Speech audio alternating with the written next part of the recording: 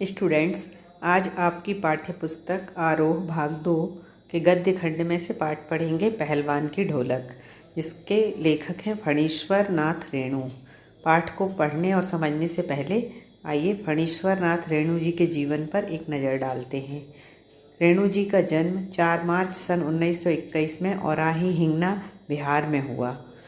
इनकी प्रमुख रचनाएं हैं मैला आंचल, परती परी कथा, दीर्घतपा, जुलूस, कितने चौराहे, ठुमरी, अग्निखोर, आदिम, रात्रि की महक, एक श्रावणी दोपहरी की धूप, ऋणजल धंजल, वन तुलसी की गंध, श्रुत अश्रुत, पूर्व, नेपाली क्रांति कथा तथा रेणु रचनावली।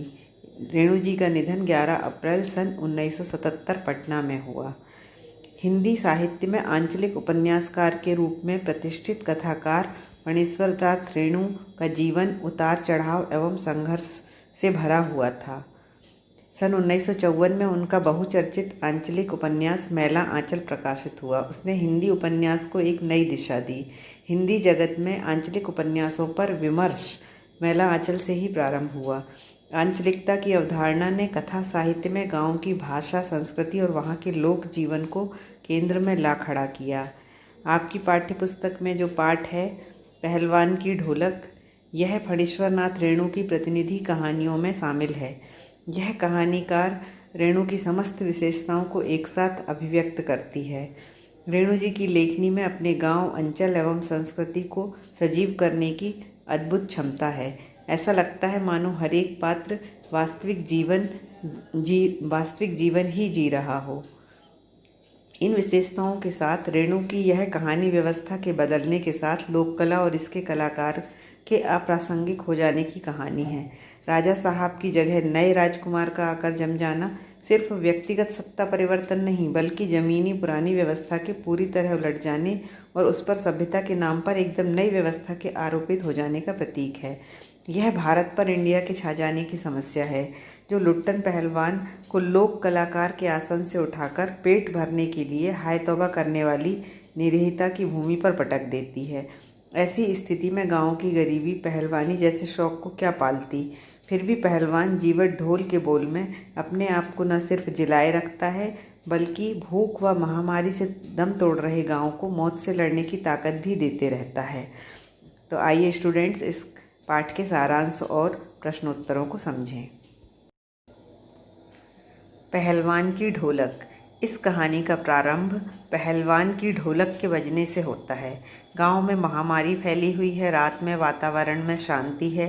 कभी कभी झोंपड़ी से कराहने व कै करने, कै अर्थात उल्टी करने की आवाज़ तथा कभी कभी बच्चों के रोने की आवाज़ भी आती थी। ऐसे समय पहलवान की ढोलक संध्या से प्रातः काल तक एक ही गति से बजती रहती थी और यही ढोलक की आवाज़ मृत गांव में संजीवनी शक्ति भरती रहती थी, उन्हें उत्साहित करती रहती थी। पहलवान के जीवन के बारे में फणीश्वर नाथ रेणु जी ने बताया है कि 9 वर्ष की आयु में ही पहलवान के माता पिता की मृत्यु हो गई और उसका पालन पोषण उसकी विधवा सास के द्वारा किया गया। सास पर हुए अत्याचारों को देखकर लुट्टन को बदला लेने के लिए अपने शरीर को मजबूत बनाना शुरू कर दिया। वह गांव में पहलवानी करने लगा।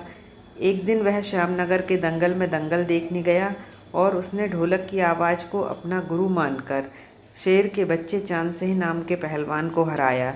वह चांदसिंह जो दूर दूर तक अपनी पहलवानी के लिए प्रसिद्ध था। उसके बाद से राजा साहब ने उसे राज पहलवान घोषित कर दिया। अब उसका पालन पोषण राज दरबार से होने लगा। फिर उसने काले खां जैसे प्रसिद्ध पहलवान को हराकर अपने को अजय पहलवान घोषित कर दिया। इस प्रकार 15 वर्ष बीत गए। लुट्टन अजय बना रहा। अपने बेटों को पहलवानी की शिक्षा देने लगा। वह अपने बेटों को ढोलक के प्रताप से बनने की शिक्षा देता रहा।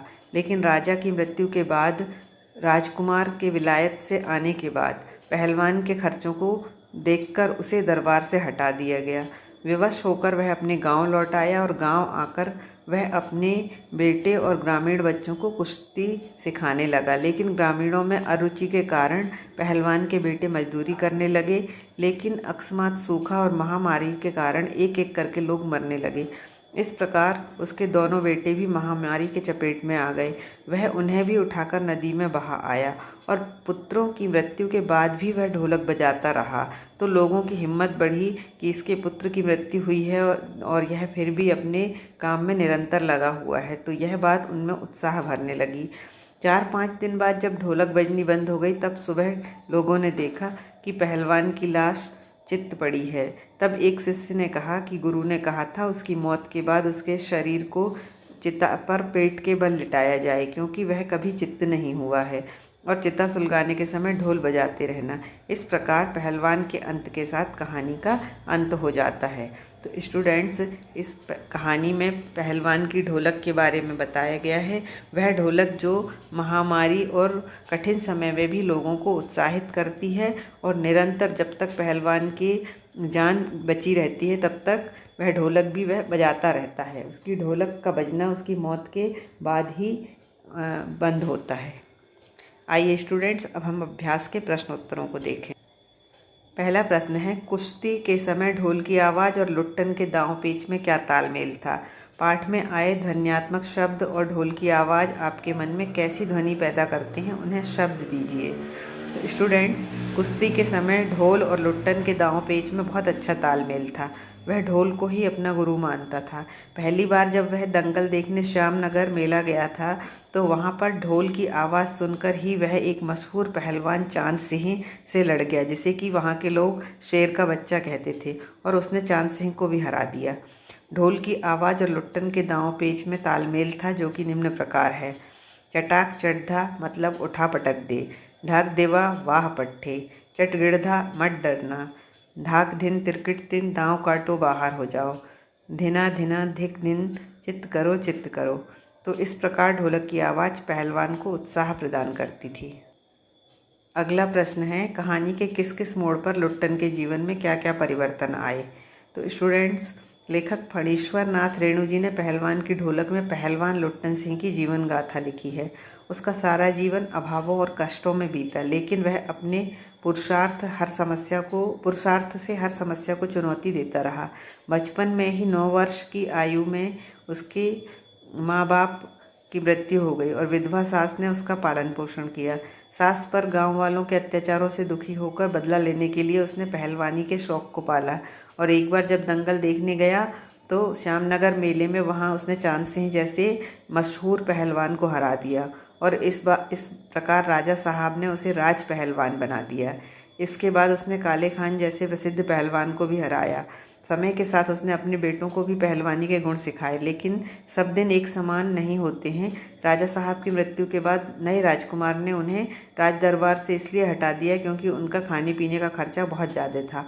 विवश होकर लुट्टन पहलवान गांव लौट आया और गांव में मजदूरी करके किसी प्रकार अपना पेट पालने लगा, लेकिन सूखे और महामारी के कारण उसके दोनों बेटे मर गए और कुछ दिन बाद पहलवान भी चल बसा। अगला प्रश्न है, लुट्टन पहलवान ने ऐसा क्यों कहा होगा कि मेरा कोई गुरु पहलवान नहीं है, यही ढोल है? स्टूडेंट्स, लुट्टन ने अपनी पहलवानी का लोहा मनवाया। पहले दंगल से लेकर जीवन के अंतिम समय तक ढोलक को ही अपना गुरु मानकर अपने साथ बनाए रखा। उसने अपने बेटों को पहलवानी की शिक्षा देनी शुरू की। दोनों ही लड़के राज दरबार में पहले भावी पहलवान घोषित हो चुके थे। प्रतिदिन प्रातःकाल पहलवान स्वयं ढोलक बजाकर दोनों से कसरत करवाता था। उसने बेटों को बताया कि ढोलक की आवाज़ पर पूरा ध्यान देना, मेरा कोई गुरु नहीं है, ढोल की आवाज़ के प्रताप से ही मैं पहलवान हुआ हूँ, अतः सबसे पहले दंगल में उतरकर उन्हें ही प्रणाम करना। और ऐसा उसने इसलिए कहा क्योंकि उसने अपना पहला दंगल इस ढोलक की आवाज़ के सहारे ही जीता था। स्टूडेंट्स, अगला प्रश्न है, गांव में महामारी फैलने और अपने बेटों के देहांत के बावजूद लुट्टन पहलवान ढोल क्यों बजाता रहा? स्टूडेंट्स, गांव में महामारी फैलने और अपने बेटों के देहांत के बावजूद भी लुट्टन पहलवान ढोल बजाता रहा, क्योंकि महामारी के कारण सारे गांव में निराशा फैल चुकी थी। रात्रि की विभीषिका को सिर्फ पहलवान की ढोलक ही चुनौती देती थी। पहलवान संध्या से सुबह तक चाहे जिस ख्याल से ढोलक बजाता हो, किंतु गांव में अर्धमृत औषधि उपचार विहीन प्राणियों में वह संजीवनी शक्ति ही भरती थी, उत्साह ही भरती थी। बूढ़े बच्चे जवानों की शक्तिहीन आंखों के आगे दंगल का दृश्य नाचने लगता था। स्पंदक शक्ति शून्य स्नायुओं में भी बिजली दौड़ जाती थी। ढोलक की आवाज़ सुनकर मरते हुए प्राणी भी मृत्यु से नहीं डरते थे। अगला प्रश्न है, ढोलक की आवाज़ का पूरे गांव पर क्या असर होता था? तो ढोलक की आवाज़ का पूरे गांव पर बहुत ही अच्छा असर होता था। उससे लोगों में जीने के प्रति चाह बढ़ती थी। रात्रि की विभीषिका को सिर्फ पहलवान की ढोलक ही चुनौती देती थी और पहलवान इसी ख्याल से ढोलक बजाता था कि इस गांव में महामारी फैली हुई है, लेकिन लोगों का उत्साह खत्म न होने पाए। तो यह अर्धमृत औषधि उपचार विहीन प्राणियों में संजीवनी शक्ति भरती थी। बूढ़े बच्चे जवानों की शक्तिहीन आंखों के आगे दंगल का दृश्य नाचने लगता था। अगला प्रश्न है, महामारी फैलने के बाद गांव में सूर्योदय और सूर्यास्त के दृश्य में क्या अंतर होता था? तो महामारी के समय गांव प्रायः सूना हो चला था। घर के घर खाली पड़ गए थे। रोज 2-3 लाशें उठने लगी और लोगों में खलबली मची हुई थी। दिन के समय हाहाकार और हृदय विदारक रुदन के बावजूद भी लोगों के चेहरे पर कुछ रौनक बची हुई रहती थी। लेकिन सूर्योदय के समय लोग कांखते कूकते कराहते अपने घरों से निकलकर अपने पड़ोसियों व आत्मीयता को ढांढस देते थे। सूर्यास्त होते ही जब लोग अपनी अपनी झोपड़ियों में घुस जाते तो चू भी नहीं करते थे। उनकी बोलने की शक्ति भी जाती रहती थी। पास में दम तोड़ते हुए पुत्र को अंतिम बार बेटा कहने की भी हिम्मत माताओं में नहीं थी। लेकिन ऐसे समय में भी पहलवान की ढोलक सब में उत्साह भरती थी और बीमारी को चुनौती देती थी।